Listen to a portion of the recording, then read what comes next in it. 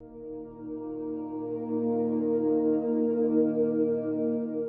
wake up every morning believing you are free.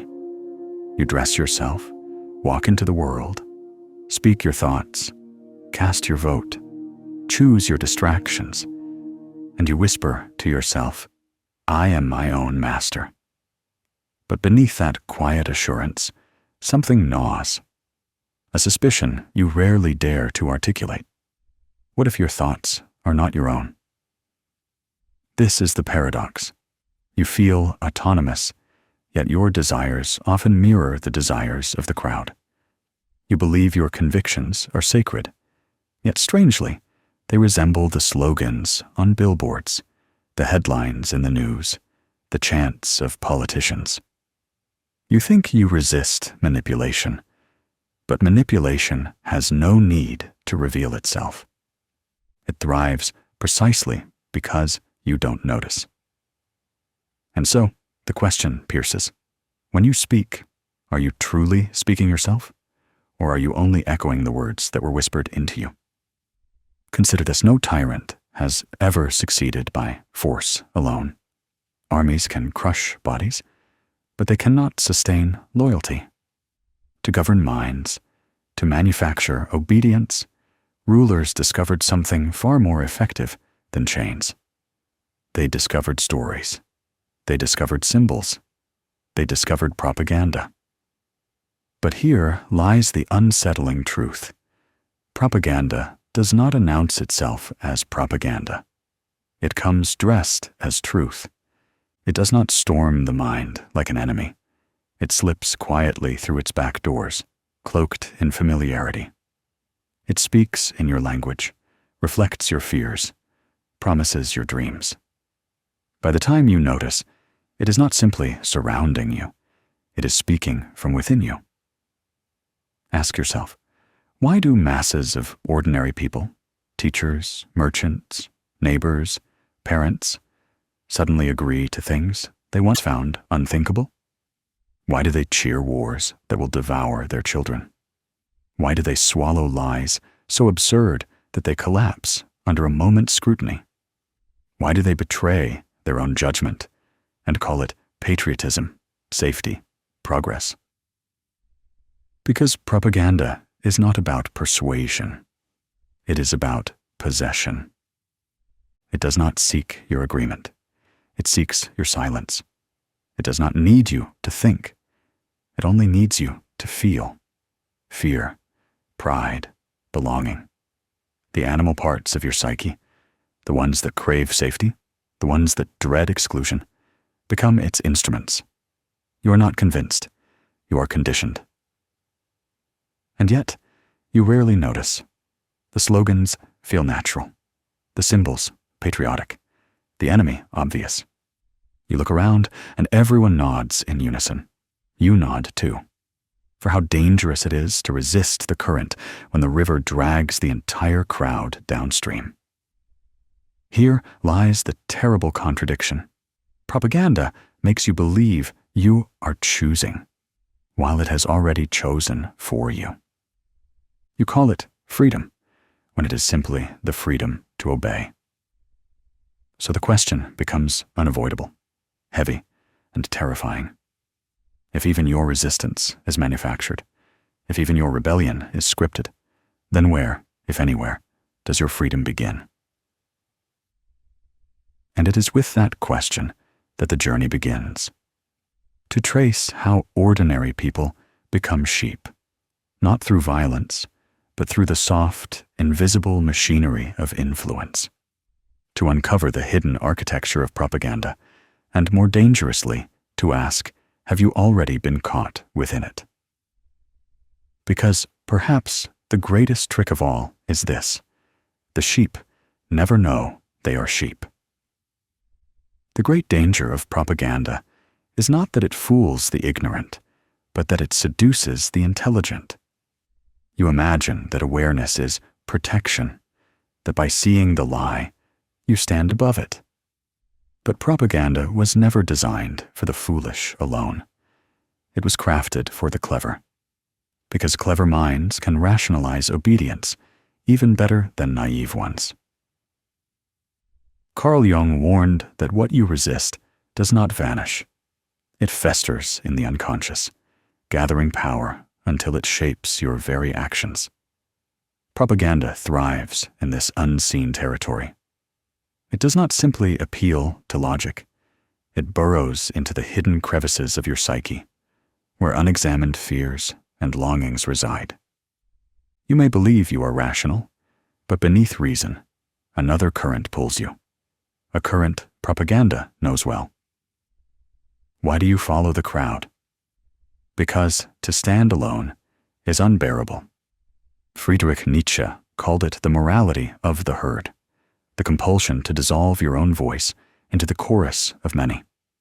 It is safer to chant than to question, safer to belong than to stand exposed. Propaganda does not invent this need. It merely exploits it. It whispers, join them. Fear what they fear. Hate who they hate. Love what they love. And in obeying, you feel not enslaved, but protected. Think of how narratives are constructed. Propaganda does not argue. It dramatizes. It stages reality as a theater of good and evil. In this theater, the world is divided into the innocent and the guilty, the victims and the oppressors, the saviors and the enemies. Your role is scripted before you even realize there is a play. Jean-Paul Sartre once wrote that bad faith is the refusal to see your freedom, the comfort of living as though your choices were dictated by someone else. Propaganda feeds this bad faith, allowing you to outsource the unbearable weight of responsibility. You do not choose. You perform. And yet, the performance feels authentic. Why? Because it resonates with wounds already inside you. Aldous Huxley once remarked that propaganda does not implant desires so much as organize them. It gives shape to your anxieties, direction to your discontent, clarity to your confusion. In a world that feels chaotic, propaganda offers order. In a life that feels small, it offers grandeur. In a heart that feels fragile, it offers enemies to blame. But here lies the trap. The more order it provides, the less freedom you retain. The more certainty it offers, the more you abandon your own questioning. You trade away the agony of doubt for the comfort of obedience. Slowly, you forget that doubt was ever necessary. Consider the psychology of repetition. A lie repeated often enough, as Joseph Goebbels once admitted, becomes truth, not because it gains evidence, but because your brain is built to conserve energy. Daniel Kahneman, exploring cognitive biases, revealed how the mind prefers what feels familiar over what is true. Propaganda knows this. It repeats, repeats, repeats, until the words feel like the rhythm of your own thoughts. You do not recall when you first doubted them, or when you stopped. You simply find yourself nodding along. Propaganda also exploits fear, the oldest and most primal of motivators. Viktor Frankl, reflecting on his time in concentration camps, saw how fear could hollow the human spirit, but also how meaning could resist it. Propaganda weaponizes fear by stripping meaning away. It whispers that you are fragile, that you are in danger, that only obedience will save you. And when you obey, you feel a temporary relief, like scratching an itch that never heals. At its root, the hidden problem is this: propaganda does not conquer you from the outside. It awakens the sheep already sleeping within you. It plays the chords of conformity, obedience, and fear that evolution carved into your nervous system. It leverages your shadow, Jung's term for the repressed parts of yourself you cannot face. The shadow hungers for safety, for power, for belonging, and propaganda feeds it just enough to keep it loyal. So when you look at history and wonder how ordinary citizens supported atrocities, do not imagine they were uniquely gullible. They were simply human. They sought safety. They longed for certainty. They feared isolation. And propaganda offered them all three at the cost of their humanity. The disturbing truth is this: the machinery that turns people into sheep is not foreign. It is not alien. It is already within you. And until you face that, until you recognize how easily your own mind can be hijacked, you remain vulnerable to every slogan, every symbol, every narrative that promises salvation. The question, then, is not why do others fall for it? The question is, have you already fallen without knowing it? The most dangerous chains are not the ones you see, but the ones you no longer recognize as chains. Propaganda does not merely bend your thinking for a moment. It rewires the framework through which you perceive reality itself. And once the framework is altered, everything that passes through it is distorted. Think about memory. Your recollections feel sacred, untouchable. But neuroscience tells us memory is fragile, pliable, endlessly rewritten with each recall. Propaganda exploits this fragility. It supplies narratives that overwrite experience, giving you a story to remember instead of a truth to wrestle with. Suddenly, your past is not what happened. It is what you were told happened. Nations build myths this way, families too. And individuals, without realizing, live inside borrowed memories. Consider perception. When propaganda insists that an enemy lurks everywhere, your brain begins to see danger in the ordinary. A neighbor's glance, a stranger's accent, a colleague's hesitation.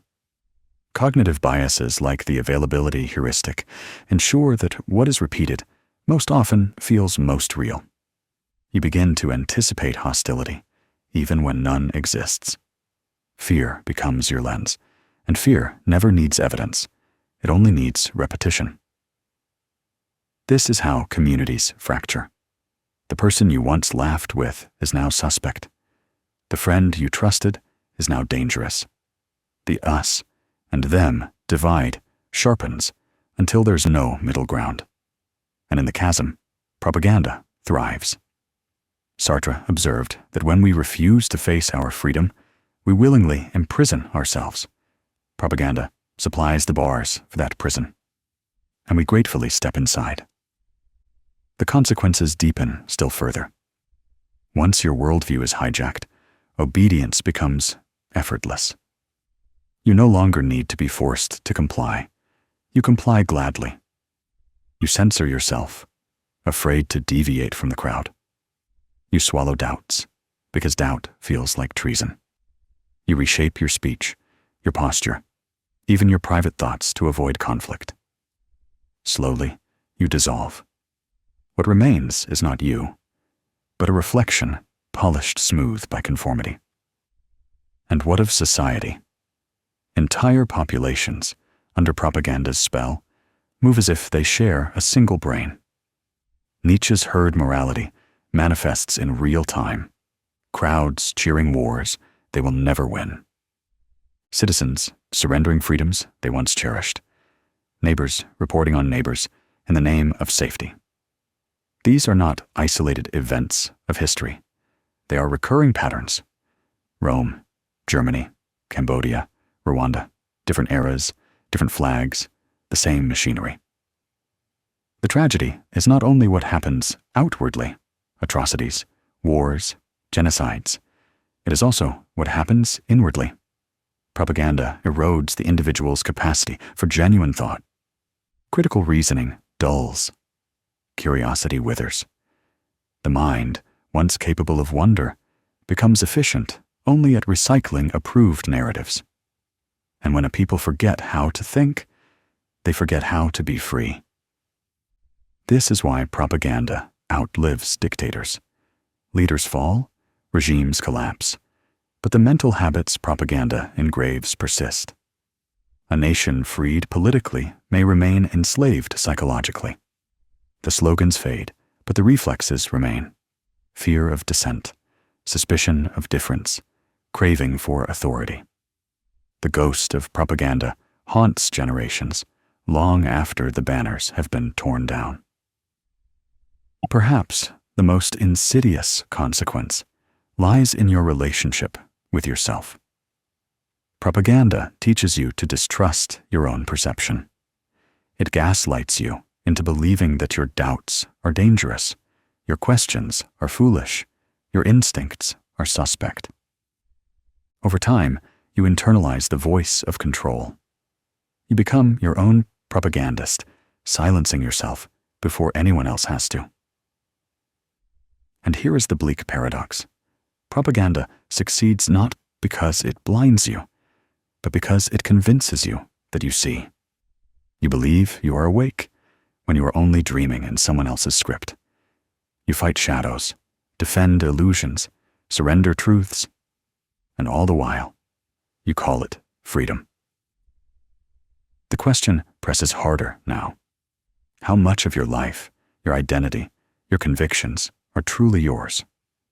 How many of your thoughts were planted long ago, repeated until they felt natural? How many of your fears were inherited, rehearsed again, until they became reflex? The unseen consequence is not simply obedience. It is amnesia, a forgetting of what it means to be truly human, to wrestle with uncertainty, to stand alone in thought, to carve meaning out of chaos without being handed a script. And so, the cage tightens, not with iron, but with comfort. Not with violence, but with belonging. You do not notice the bars, because they are padded with safety. You do not resist the prison, because it feels like home. But what if you looked closer? What if you tested the solidity of those walls, pressed your hand against the softness of those bars? Would you find they are weaker than they seem? Would you find, perhaps, that escape is possible, but only at the cost of comfort? This realization is the beginning of rebellion, the understanding that propaganda's greatest victory is convincing you to live asleep, and that the first act of freedom is not escape, but awakening. If propaganda's power lies in invisibility, then rebellion begins with seeing. Not in the shallow sense of spotting a lie in a headline, but in the deeper sense of awakening to the machinery beneath. The sheep becomes human again the moment it recognizes the pasture as a prison. But this recognition is terrifying. To see clearly is to be torn away from the comfort of consensus. Nietzsche warned that truth is not for the faint of heart, that to live without illusions is to live dangerously. And yet, it is only in that danger that real freedom begins. So how do you resist the current? How do you rebel when the crowd chants in unison and the slogans feel like your own thoughts? The first rebellion is inward. You must reclaim your right to doubt. Doubt is not weakness, it is oxygen. It keeps the mind alive. Propaganda thrives by suffocating doubt, by convincing you that questions are dangerous. But every time you dare to ask, is this true? Who benefits if I believe this? You puncture the illusion. Doubt is your weapon, not your enemy. The second rebellion is solitude. Sartre said that hell is other people, but he also knew that freedom begins when you stop living for their gaze. Propaganda binds you through belonging. It convinces you that exile from the herd is death. Yet solitude is the crucible of authenticity. When you step away from the noise, when you endure the silence of your own thoughts, you discover which voices are truly yours. Solitude does not weaken you, it inoculates you. The third rebellion is memory. Propaganda depends on amnesia, on your willingness to forget the last lie so you can swallow the next. To resist, you must remember, not selectively, but ruthlessly. Remember history.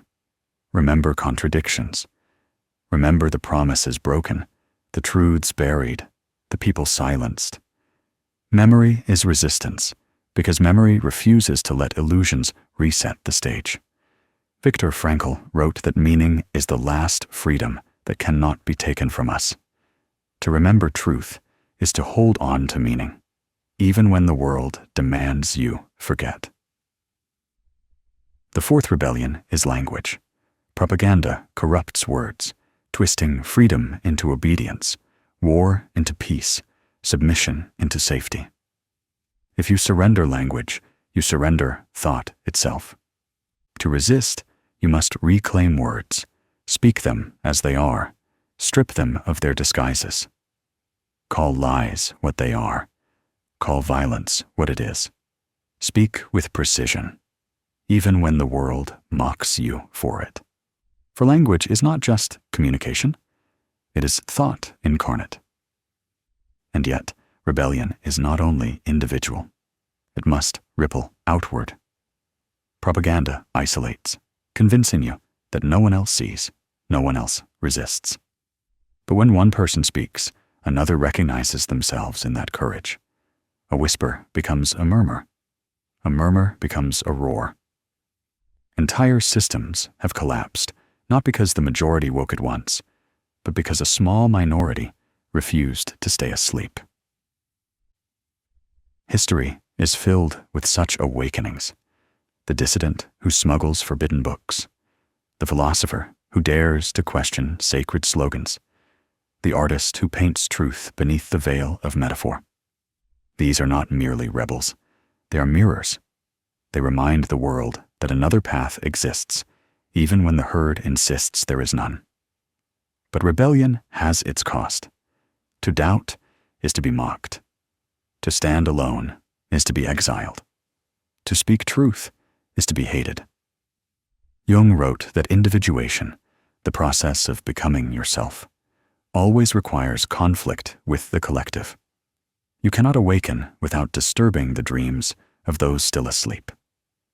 The sheep will call you a wolf, and yet what they fear is not your danger, but their own reflection in your refusal. The path of rebellion, then, is not about overthrowing others. It is about overthrowing the sheep within yourself, the fear of rejection, the craving for comfort, the addiction to certainty. These are the true shepherds of obedience. When you strip them away, you are no longer manipulated, because there is nothing left to manipulate. So the real question is this: are you willing to pay the price of freedom? To live without illusions, to stand without the herd, to carry the solitude of authenticity. It's a heavy burden, but it is also the only one worth carrying. Because rebellion is not merely resistance, it is creation. Once you are free from the script, you can write your own. Once you see through the illusion, you can shape a life, not borrowed, but born from your own depths. And in doing so, you become more than just one awakened voice. You become proof that awakening is possible. The rebellion is not out there. It begins in you. In the quiet moment when you refuse to nod along. In the private thought, you refuse to surrender. In the memory, you refuse to erase. And perhaps this is propaganda's greatest vulnerability. It cannot enslave a mind that refuses to sleep. It cannot hurt a soul that dares to walk alone. The rebellion is simple, then, but never easy. To doubt, to remember, to speak, to stand, to live awake in a world addicted to sleep. At the end of every lie, at the end of every manipulation, there waits a mirror. For propaganda is not simply something imposed upon you from the outside. It is something that awakens from within. And the ultimate truth is this: you were never fully free to begin with. This is the unbearable revelation. You imagine that freedom is your natural state, stolen from you by tyrants and governments. But look closer. Before propaganda whispered in your ear, before society scripted your loyalties, even before leaders sculpted your fears, you were already vulnerable. You were born craving safety. You were born seeking belonging. You were born fearing rejection. These instincts are older than civilization, carved into the marrow of your being by evolution itself. Propaganda does not invent chains. It fastens itself to the chains you already carry: the need to be loved, the terror of isolation, the exhaustion of doubt. These are the ancient levers of obedience, and they exist in every human soul. That is why propaganda works, not because people are weak, but because people are human. And so, the final realization is not simply about resisting external manipulation. It is about confronting the shepherd within. Jung called it the shadow, the parts of ourselves we refuse to face, the hungers we pretend we don't carry.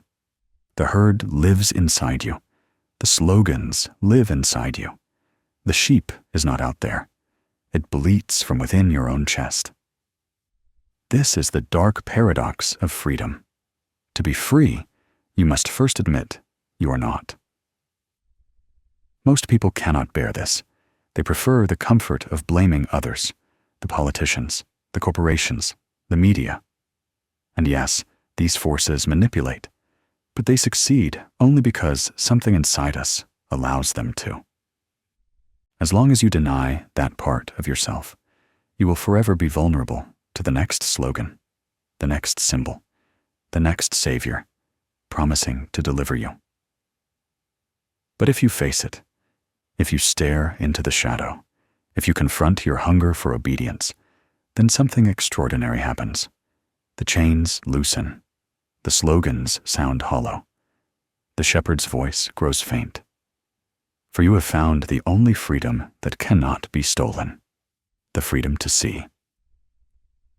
Seeing is not glamorous. It does not make you popular. It does not grant you the comfort of belonging. In fact, it strips those things away. It leaves you standing in a barren clarity where there are no heroes to follow, no crowds to hide in, no illusions to lull you. But in that clarity, you finally encounter yourself.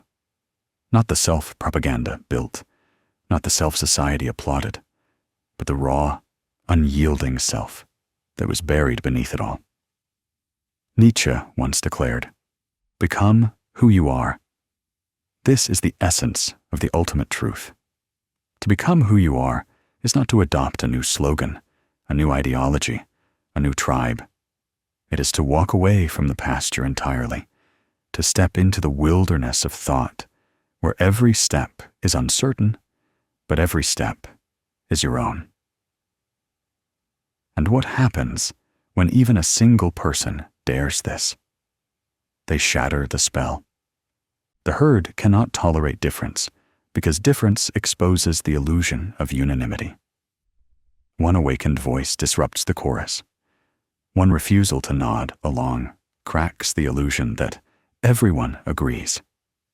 One act of rebellion, however small, reminds others of their own buried freedom. This is why tyrannies fear thinkers more than armies. This is why regimes burn books and silence poets. Because a single human being who dares to see is more dangerous than 1,000 who march blindly. But remember, awakening is not an escape from suffering. In fact, it may bring more suffering. To see clearly is to feel the loneliness of truth, the coldness of clarity. Yet it is also to feel the fierce joy of authenticity, the knowledge that your life, however difficult, is yours. Not borrowed, not scripted, not dictated, but chosen. And so, the final truth is both heavy and liberating. You will never fully escape propaganda's reach, but you can strip it of its power. You can see it, name it, resist it. You can recognize when fear is being sold to you, when belonging is being weaponized against you, when comfort is being traded for control. You can choose, even in small ways, not to obey. And that choice, fragile, costly, invisible to the herd, is everything. For in that choice, you reclaim the one freedom propaganda can never touch, the freedom to awaken. So the question that began this journey returns now, sharper than ever. Are you living as yourself, or as the echo of someone else's story? The sheep will always graze in comfort. The shepherd will always call them forward. But you stand at the threshold. Will you return to the pasture, lulled by slogans and softened by belonging? Or will you walk into the wilderness of truth, alone but awake, stripped of illusions but alive? The choice is terrifying, but it is also the only choice that makes you human. And so the last words are not of despair, but of invitation. Awaken, doubt, remember, speak, live. For in a world built on illusions, the most radical act is simply this: to see.